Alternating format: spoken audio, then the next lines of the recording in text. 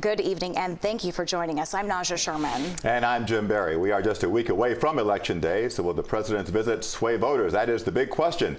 Let's bring in Facing South Florida host Jim DeFede. And Jim, I know you've been doing a lot of reporting on this for some time for the reason that the president's coming to Florida. Does it go beyond simply trying to help Democratic candidates a week before the election, or is there more to it than that? What can you tell us? Well, let's first put it in a little context. This marks the third visit that President Biden has taken to Florida. The first for political reasons. The first two visits, one was for Surfside after the Surfside tragedy, and the second was after Hurricane Ian. So this is really the first time the president has been to Florida for a political purpose. Now, you know, in the final days of a campaign, the president's time is easily the most valuable commodity. There are lots of candidates across the country that are in competitive races that want him to come and visit, or other surrogates like President Obama, you know, other cabinet officials. But what I'm told is, while the White House political folks don't necessarily see Florida as a competitive race right now in terms of the governor's race, this was a personal commitment that President Biden made to Charlie Crist. He committed to Charlie Crist months and months ago that he would come down and have an event, have a rally for Charlie Crist. And even though there may be some in the White House who think this is not the best use of his time in the final 7 days, the president was steadfast that he likes Charlie Crist and he wanted to keep his word when it came to holding this event for Charlie Crist. So that's what we're seeing tonight.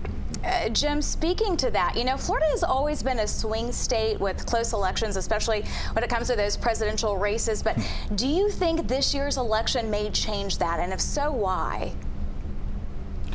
So I think this is going to be one of the big storylines we're going to be talking about a lot between now and election night and in the days immediately after the election. And I was trying to think of a creative way to sort of describe this for you. So hold on a second. I'm breaking out props. Do you remember in the 2000 election when Tim Russert held up a whiteboard that said it all comes down to Florida, Florida, Florida? You know, and the whole contest, the whole race for president was about these three words, all about Florida. Well, here's what I can tell you. Florida's coming off the board. Florida is not going to be the swing state, more than likely, after this election. Because I think you're going to see, and Democrats are bracing, and a lot of Democrats are privately telling me, Republicans confidently boasting at the same time, that depending on the numbers on election night, that this could move Florida from being the purple state it long has been to being a red state.